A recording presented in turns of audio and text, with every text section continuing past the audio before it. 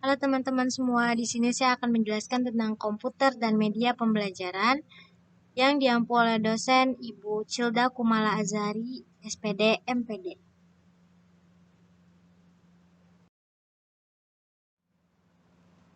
Assalamualaikum warahmatullahi wabarakatuh. Konsep dasar media pembelajaran yang disusun oleh Farisa Mufliha, Prodi Pendidikan Anak Usia Dini.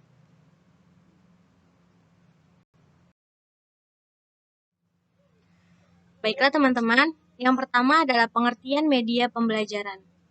Media pembelajaran adalah segala sesuatu yang menyangkut software dan hardware yang dapat digunakan untuk menyampaikan isi materi ajar dari sumber pembelajaran ke peserta didik, individu, atau kelompok, yang dapat merangsang pikiran, perasaan, perhatian, dan minat membelajar sedemikian rupa sehingga proses pembelajaran di dalam dan di luar kelas menjadi efektif.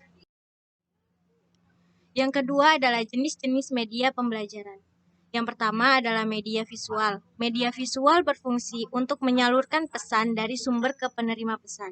Jenis-jenis media visual antara lain yaitu gambar atau foto, sketsa, diagram, bagan, grafik, kartun poster ya maksudnya ya, peta atau globe, papan panel, dan papan buletin. Yang kedua adalah media audio. Media audio adalah jenis media yang berhubungan dengan indera pendengaran. Jenis-jenis media audio antara lain yaitu radio dan alat perekam atau tape recorder. Yang ketiga adalah media proyeksi diam. Nah, jenis-jenis media proyeksi diam antara lain yaitu bingkai dan film rangkai.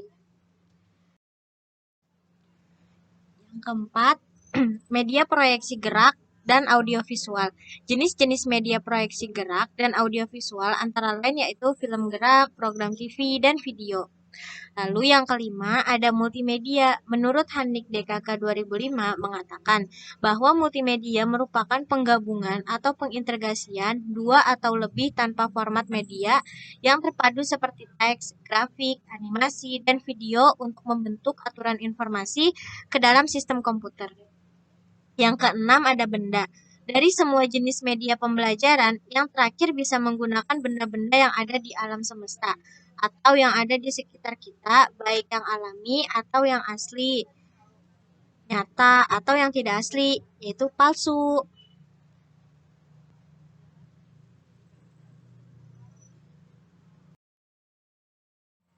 Oke, yang selanjutnya yaitu ada fungsi media pembelajaran.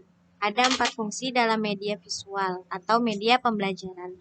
Yang pertama, fungsi atensi. Media visual dapat menarik dan mengarahkan perhatian siswa untuk berkonsentrasi kepada pelajaran. Yang kedua, fungsi efektif. Media visual dapat diamati dari tingkat kenikmatan siswa ketika belajar. Dalam hal ini, gambar atau simbol visual dapat menggugah emosi dan sikap siswa. Yang ketiga, ada fungsi kognitif. Media visual melalui gambar-gambar atau lambang-lambang visual dapat mempercepat pencapaian pembelajaran untuk memahami atau mengingat pesan atau informasi yang terkandung dalam gambar atau lambang visual tersebut.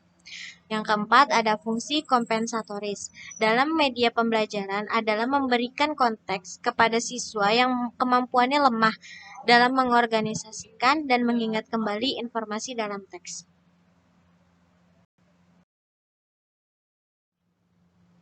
Baiklah, lalu ada faktor-faktor yang mempengaruhi media pembelajaran. Yang pertama, sesuai dengan tujuan yang ingin kita capai ya teman-teman tentunya. Yang kedua, tepat untuk mendukung isi pelajaran yang sifatnya fakta, konsep, prinsip yang generalisasi agar dapat membantu proses pengajaran secara efektif.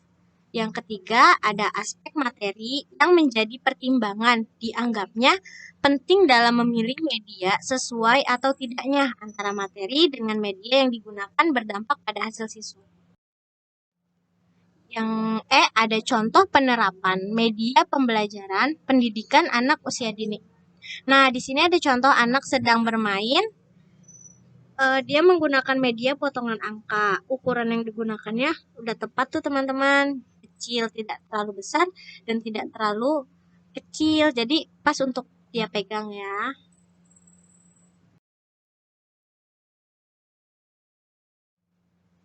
Oke, teman-teman.